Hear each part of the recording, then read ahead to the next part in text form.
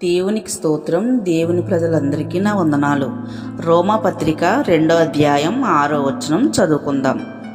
ఆయన ప్రతి వానికి వాని క్రియలు చొప్పున ప్రతిఫలమిచ్చును. క్రీస్తులో నిలబడేవారు ఓపికతో సత్క్రియలు చేస్తూ దేవునికి మహిమ, ఘనత, అక్షయత వెతికేవారిగా ఉంటే వారు నిత్య జీవం పొందుకుంటారు.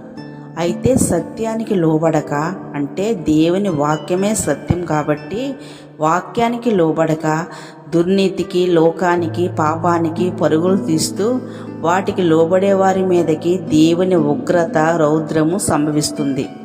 దుష్కార్యములు చేసే ప్రతి వారికి శ్రమయు, వేదనయు సంభవిస్తాయి. ఎందుకంటే దేవుడు పరిశుద్ధుడు, పాపం లేనివాడు కనుక తన బిడ్డలైన వారిని కూడా పరిశుద్ధులుగా ఉండాలని కోరుకుంటున్నాడు.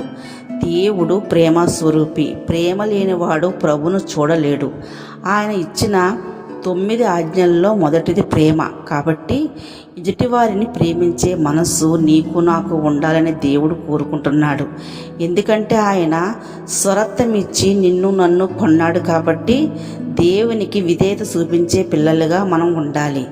దేవుని వద్ద నుండి ఉన్నతమైన బహుమానం మనం పొందాలంటే అటు ఇటు చూసి తొట్టిల్లిపోయేవారిగా ఉండక గురి వద్దకే పరిగెట్టాలి. కుమ్మరి పురుగు మట్టిలోనే ఉండి దానికి మట్టి అంటుకోకుండా ఎలా జీవిస్తుందో, దేవుని పిల్లలైన మనం ఈ లోకమాలిన్యం, లోకములో ఉండే పాపం అంటుకోకుండా జీవించడం చాలా మంచిది. ఎందుకంటే మన పౌరస్థితి పరలోకంలో ఉన్నది.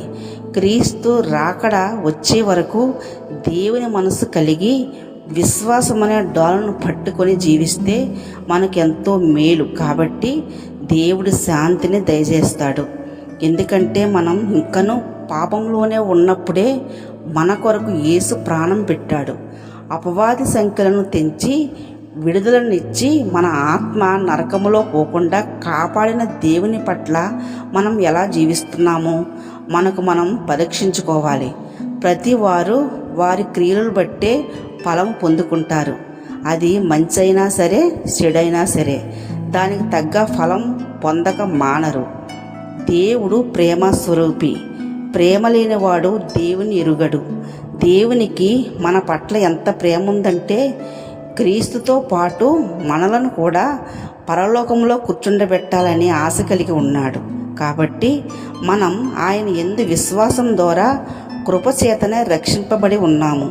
ఇది దేవుడిచ్చిన వరమే. కనుక మంచి సత్క్రియ చేస్తూ క్రీస్తు రూపంలో సృష్టింపబడి ఉన్న మనం శ్రమ అయినా, బాధ అయినా, కరువైన, ఖడ్గమైన, నిందైన, అవమానమైన భరిస్తూ ఓర్పుతో యేసుతో సాగిపోదాం. దేవునికే మహిమ కలుగునుగాక. ఆమేన్.